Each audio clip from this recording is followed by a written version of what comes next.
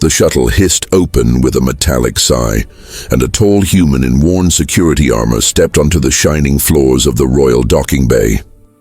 Sergeant Mason Hale, Earth's assigned bodyguard to the Zainara Empire's youngest princess, was already sweating beneath the collar.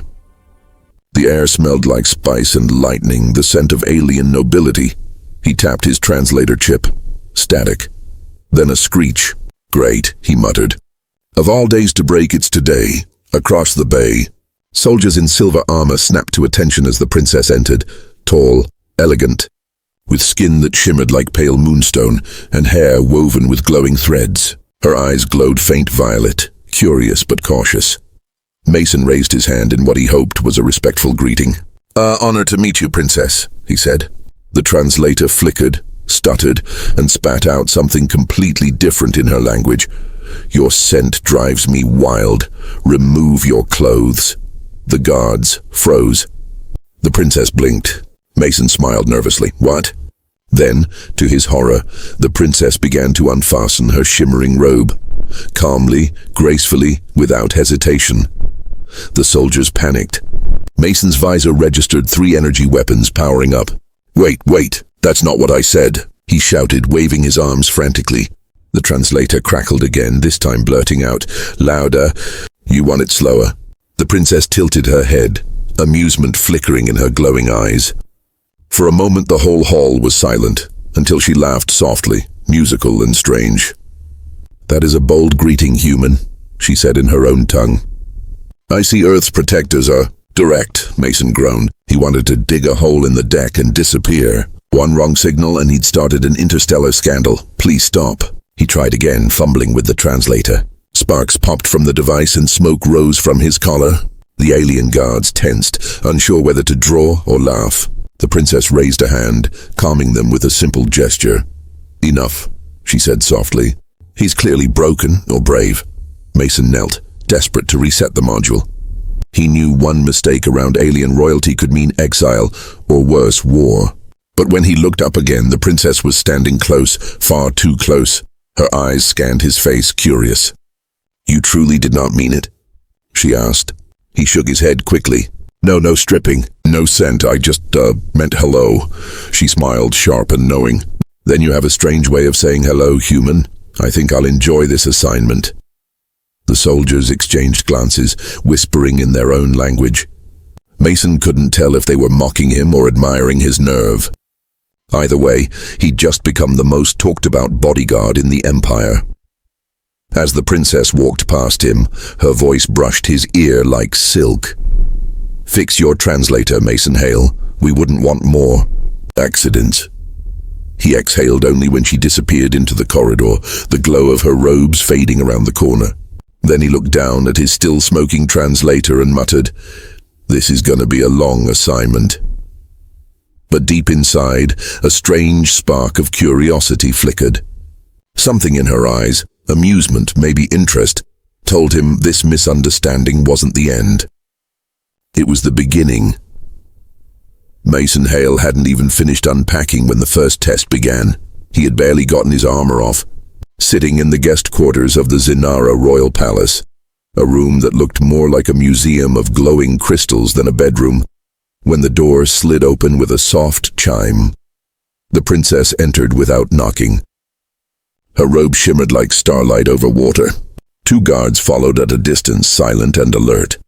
Mason quickly stood up, nearly knocking over a vase that probably cost more than his entire shuttle. "Princess Zira," he said carefully, checking his translator. It buzzed weakly but worked this time. "You didn't have to come yourself." Her lips curved slightly. "Oh, I did. You see, I wanted to meet the human who greets royalty by demanding nudity." He felt the heat rise to his face again. That was a translator glitch. "Of course," she said, stepping closer. "But glitches reveal more truth than lies, don't they?" Her words were teasing, but her gaze wasn't. She was studying him, his stance, his breathing, even the way he held his hands. It wasn't flirtation anymore. It was examination.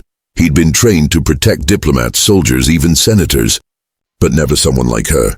Royalty who could command armies with a word. A woman who could make an entire hall laugh, or burn. "I have to test you," she said suddenly. "Test me." For what? For loyalty. For strength. For control. She raised her hand.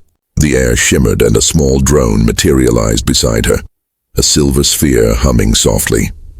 It projected a hologram of Mason's image, red marks circling his body. "This shows every spot you're vulnerable," she said. "The spine, the neck, the right shoulder slightly damaged." He nodded, not surprised.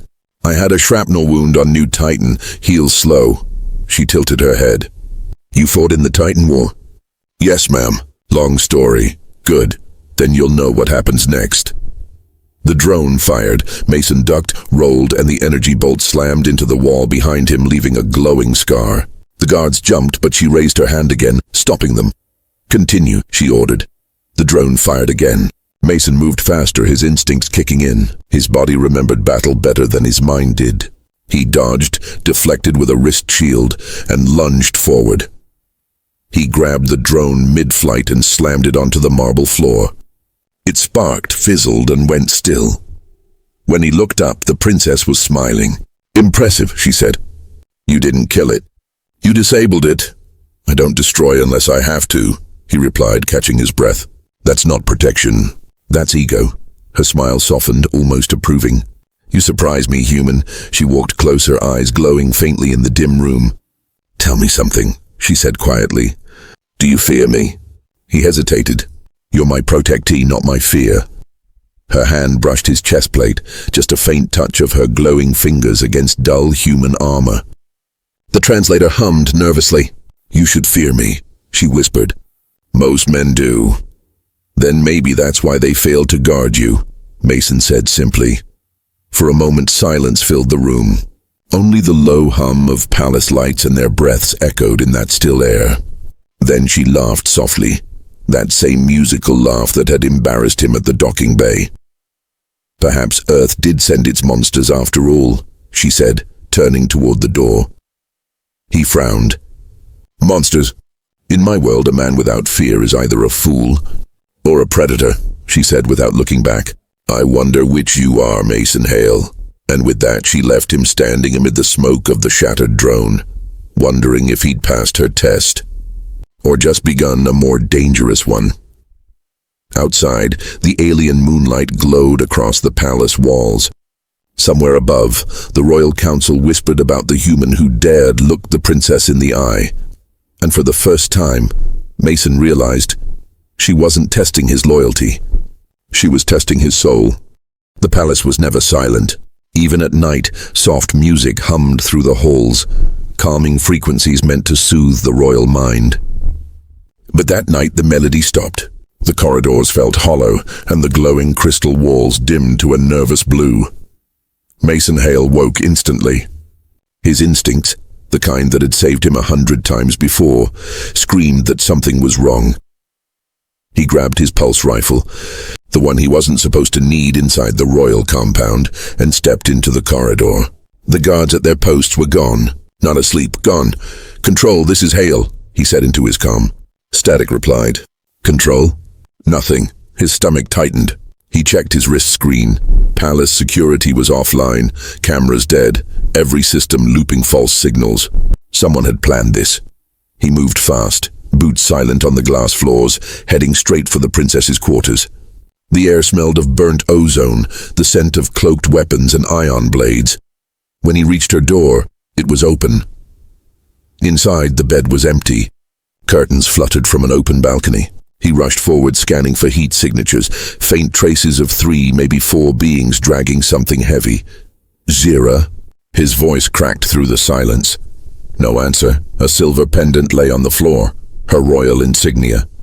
She never took it off. He picked it up, his jaw tightening. Whoever had taken her knew what they were doing. He tapped his translator. "Locate Princess Zira, life signs, royal beacon." The device buzzed, then displayed nothing but a pulsing red error. Damn it. He turned toward the balcony. Below, the palace garden stretched like a maze of glowing trees and misty ponds. In the distance, faint red lights blinked, a ship lifting off silently beyond the outer walls. "She's being taken off-world," he muttered. Without thinking, he jumped. The fall was long, 30 meters down into soft alien moss, but he rolled. landing hard, pain shooting through his shoulder. He didn't stop. He ran. The garden lights flickered as he sprinted through the fog. His breath came fast, his heart pounding. He caught sight of figures ahead, tall, cloaked, dragging a shimmering object that struggled weakly. Her. Stop, he roared, raising his rifle. They turned, eyes glowing like burning glass. Not guards, mercenaries. Zenara rebels. One fired. A searing bolt tore past his cheek. He fired back one precise shot. The attacker dropped. The others moved faster, dragging the princess toward their craft. He lunged, firing again, then dove behind a glowing tree as plasma bolts shattered bark and stone. He could see her, struggling against restraints, eyes wide, a gag of glowing threads muffling her voice. Mason! She tried to shout, her voice muffled but desperate. He moved, fast. He rolled across the wet ground, aimed, and shot the craft's lift engine. It exploded in a flash of blue fire. The rebels scattered. One charged him with a blade. Mason blocked with his forearm guard, twisted, and slammed the rebel to the ground. The second came from behind, but Mason grabbed the fallen plasma knife and threw it like a dart. The attacker dropped before he reached him. When the smoke cleared, only the hum of the ruined craft remained. Jaira was on the ground, breathing hard, the energy cuffs still glowing around her wrists. He rushed to her, slicing them open with his emergency cutter. "You came," she whispered, voice trembling. "Of course I came," he said, pulling her to her feet. "You think I'd failed 2 tests in 1 week?" Her laugh was weak but real. "You're insane, human." "Yeah," he said, helping her walk. "But I'm your insane human." She looked at him for a long moment, eyes reflecting the soft blue light, something unreadable in her expression. "You shouldn't have followed. They would have killed you," he shrugged. "Then they should have tried harder." In the distance, alarms finally began to blare. Guards rushed into the garden too late. Mason stood there, holding the princess as the burning craft lit the night behind them. For the first time, she looked at him not as a servant, but as someone dangerous, loyal, and humanly unpredictable. And deep down, she realized she hadn't just been tested tonight. She'd been saved. The morning after the attack, the palace looked nothing like it had before. The once bright halls of silver and glass were now filled with soldiers, scanners, and suspicion.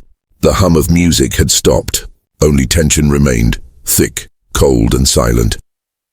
Mason Hale stood in the middle of it all, stripped of his armor and surrounded by guards pointing shock rifles at him.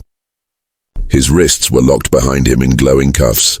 The translation module on his collar buzzed faintly, like an insect trapped inside his skin. At the far end of the throne hall, the Emperor of Zenara entered. Tall, armored in radiant obsidian, his eyes glowing a fierce blue.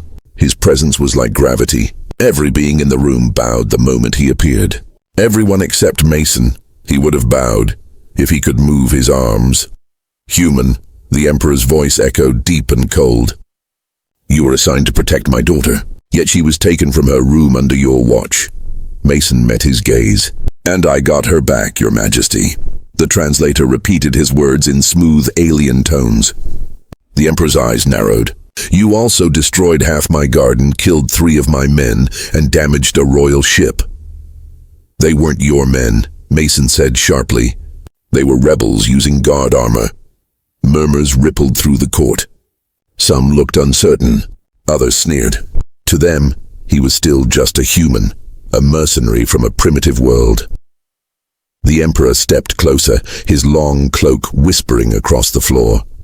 "You expect me to believe that?" Mason's jaw tightened. "Ask your daughter." That made the hall fall silent. All heads turned as the great doors opened and Princess Jira entered. She looked different. Pale, shaken, but standing tall. Her usual glow was dimmer, her eyes colder. Still, when she saw Mason, something flickered in her expression. Relief, gratitude, maybe more. "Father," she said softly, bowing. "It's true. He saved me. The attackers wore our armor but spoke the language of the Vire Syndicate." The Emperor's gaze turned from her to Mason. "You confirm this?" "Yes," Mason replied.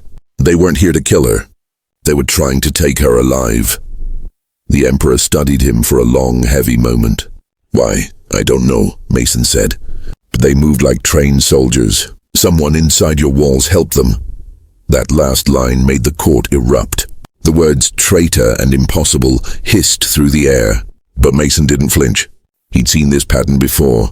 Betrayal always came from within. The Emperor raised a hand for silence. Enough. Then his gaze darkened. If there is truth in your words, human, you've done your duty. But if this is a trick, if you stage this to gain my daughter's trust, then you will die slowly. Mason didn't blink. If I wanted her trust, I wouldn't risk my life. I'd just smile like the rest of your guards. A dangerous silence followed. Then unexpectedly, the Emperor gave a faint smile. Courage, he said quietly. Or foolishness. I haven't decided which. Jira stepped forward. Father, please. He risked everything to protect me. He deserves freedom. The Emperor looked at her, then at Mason again. You speak boldly for a human, and my daughter speaks boldly for you. I will allow you to remain, but under watch. The cuffs released with a snap. Mason rubbed his wrists, exhaling slowly. I don't care about titles, he said. I just care about keeping her safe.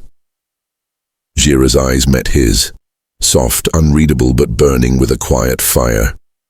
The Emperor noticed the exchange, and his gaze sharpened. As Mason turned to leave, the Emperor's voice followed him like a blade. Human. If my daughter comes to harm again, your world will burn before mine ever does. Mason stopped, looking back just once. Understood, Your Majesty. Outside the hall, Jira caught up to him. You shouldn't have spoken like that to him. Maybe, Mason said, but I don't lie, not even to kings. She smiled faintly. Then you really are dangerous, he glanced at her. Only when I have to be. And as they walked through the palace halls, watched by 100 unseen eyes, both knew one thing. This wasn't just a mission anymore. It was war inside the palace walls. 3 nights after the Emperor's trial, the palace returned to its glittering calm, but Mason Hale knew better. Peace in a royal house was only a mask, and behind that mask, someone was still watching. He couldn't sleep. Every time he closed his eyes, he saw the rebels' glowing eyes, the way they'd known exactly where the princess slept. Someone inside the palace had fed them that information. Someone close. He sat at his security desk, scanning encrypted palace reports. Most were normal. Food shipments, servant rotations, energy logs. But one file caught his eye. A maintenance route opened only once every 3 days. A route that passed directly under the princess's quarters. Mason frowned. That's too convenient. He downloaded the path to his wrist pad and stood. The palace corridors were silent, blue lights dimmed for night. The alien moon outside poured silver light through tall glass windows, casting long shadows. He reached the lower levels, cold, mechanical places few royals ever saw. Pipes hummed, steam hissed from vents. He moved quietly, scanning with his handheld detector. No life signs. Yet. Then a faint sound. Footsteps. Light. Careful, almost matching his rhythm.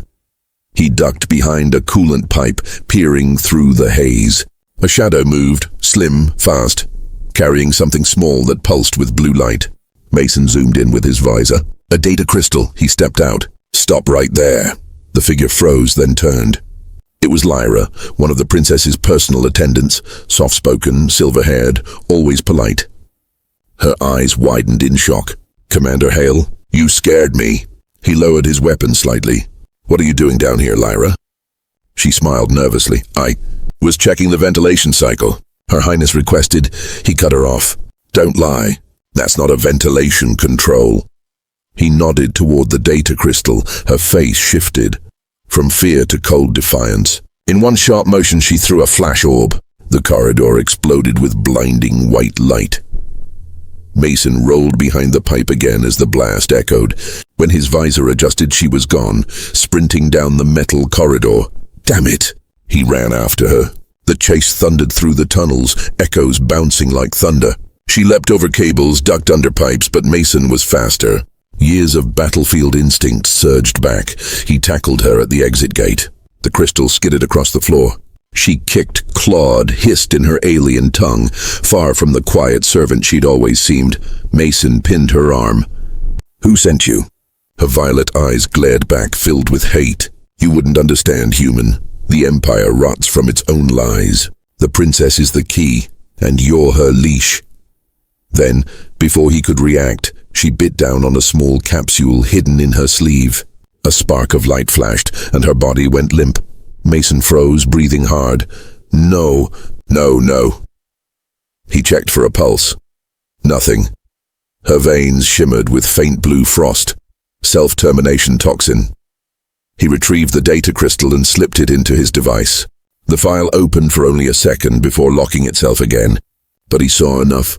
Coordinates, messages, payment logs from the Royal Council itself. Someone up there paid for her to be taken, he whispered. Footsteps approached. Jira appeared in the archway wearing a dark robe, her eyes wide. "Mason, what happened?" He turned toward her, still holding the crystal. "Your maid wasn't who she said she was. She was sending messages to someone on the council. Someone who wants you gone." Her face paled. "You mean one of my father's advisors?" He nodded grimly. "Or more than one." She looked at the body, then at him. "If he finds out, he'll execute half the court trying to find the culprit." "Then we don't tell him yet," Mason said. "Not until we know who's pulling the strings." Her voice trembled. "That's treason." He stepped closer, eyes steady. "No. That's survival." For a long moment, they stood in the cold light of the lower halls, a human and an alien princess bound by a secret neither could share. Above them, the palace glowed like a star. Below, in the dark, the real war had just begun. 2 nights after the spy's death, the royal gardens looked peaceful again. Glowing trees swaying gently in alien wind, the ponds rippling with liquid light. But peace was only an illusion. Mason Hale stood beneath the silver leaves, his armor off, his eyes scanning the shadows. The palace lights were dimmed for night court, and the guards were far away. That was intentional. He was waiting for her. Jira arrived quietly, cloaked in midnight silk. Her hair shimmered like molten silver beneath the bioluminescent branches. She glanced around before speaking. "You shouldn't be here. If my father knew, he'd probably vaporize me," Mason said dryly. "Yeah, I know. But you called me, princess. Remember?" Her lips curved slightly. "I said I needed answers, not your arrogance." "Same difference," he muttered, but his tone softened. For a long moment, neither spoke. The faint hum of the alien flora filled the silence, along with the echo of their shared secret. Finally, she stepped closer. "You read the data crystal?" He nodded. "I decrypted part of it. The payments were routed through a council account, hidden under something called Project Continuum. Ever heard of it?" Her brows furrowed. "It's an old program, a political alliance between noble houses. My father shut it down years ago." "Well, someone reopened it," Mason said. "And they're using it to fund rebels, to take you out quietly." Jira's breath trembled.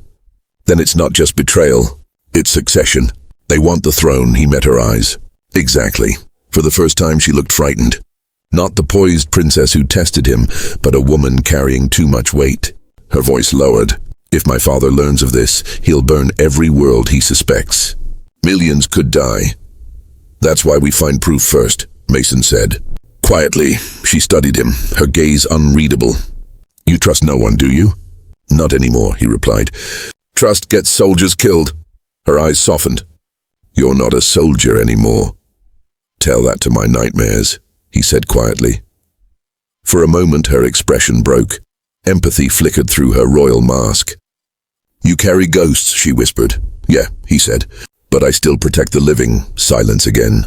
A soft wind brushed between them, carrying the faint perfume of alien flowers.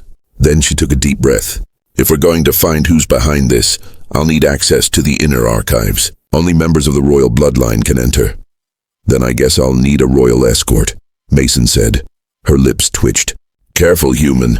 The last time you asked me for something, you nearly started a scandal." He grinned slightly. "Yeah, but this time I'll try not to ask you to strip." She laughed. Quietly, genuinely. It was the first real laugh since the night of the kidnapping. Then her eyes met his again, and for a heartbeat, everything stilled. The glow of the trees reflected in her eyes. The distance between them felt fragile, heavy with something unspoken. "Mason," she said softly, "if we fail, they'll blame you, not me. I've been blamed for worse," he said, "but I won't fail."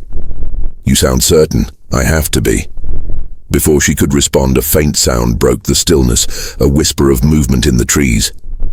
Both turned sharply. Mason drew his pulse pistol, scanning the darkness. "Who's there?" No answer. Just the rustle of leaves, the soft hiss of distant drones. Jira whispered, "They're watching." He moved closer to shield her. "Then let them watch." Something shifted in her gaze. Admiration, fear, maybe both. "You're impossible," she murmured. "Yeah," he said, "but I'm still here." He guided her toward the hidden exit behind the garden wall, his hand briefly brushing hers as they moved through the shadows.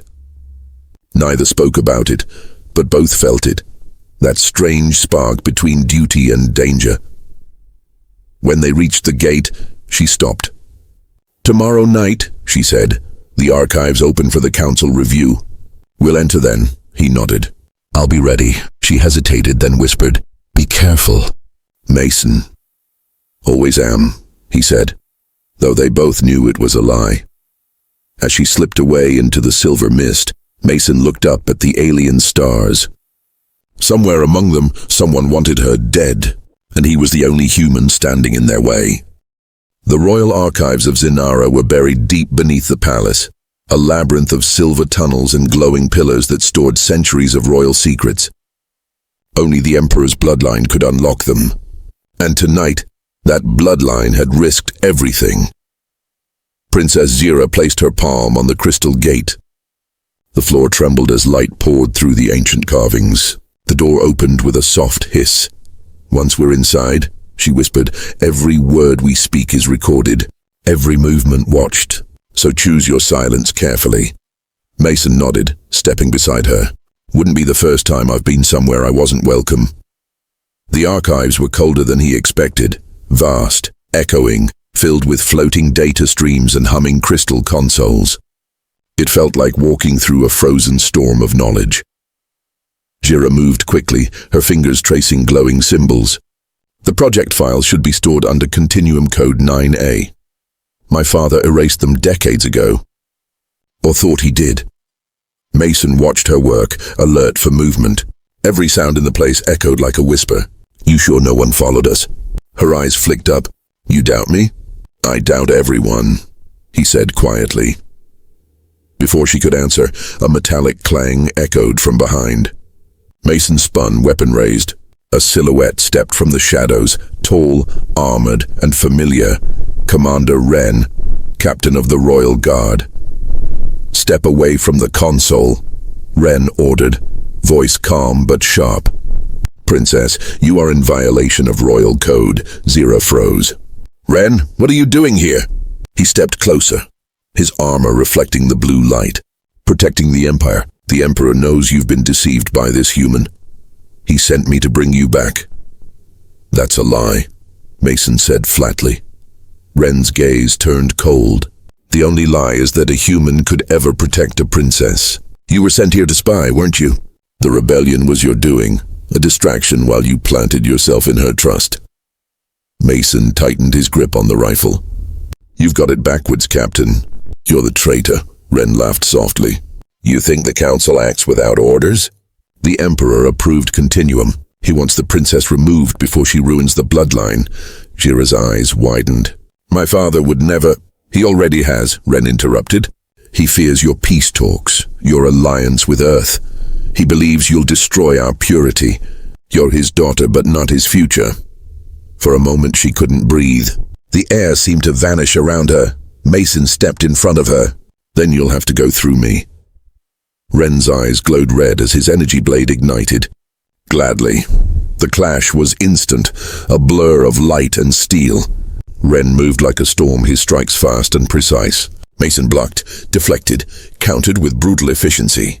Sparks lit the dark room as crystal fragments shattered around them. "You don't belong here, human." Ren shouted, swinging hard. Mason ducked, grabbed a shard of broken crystal and jammed it into Ren's armor joint. The alien roared, stumbling. "I didn't come to belong," Mason said, voice steady.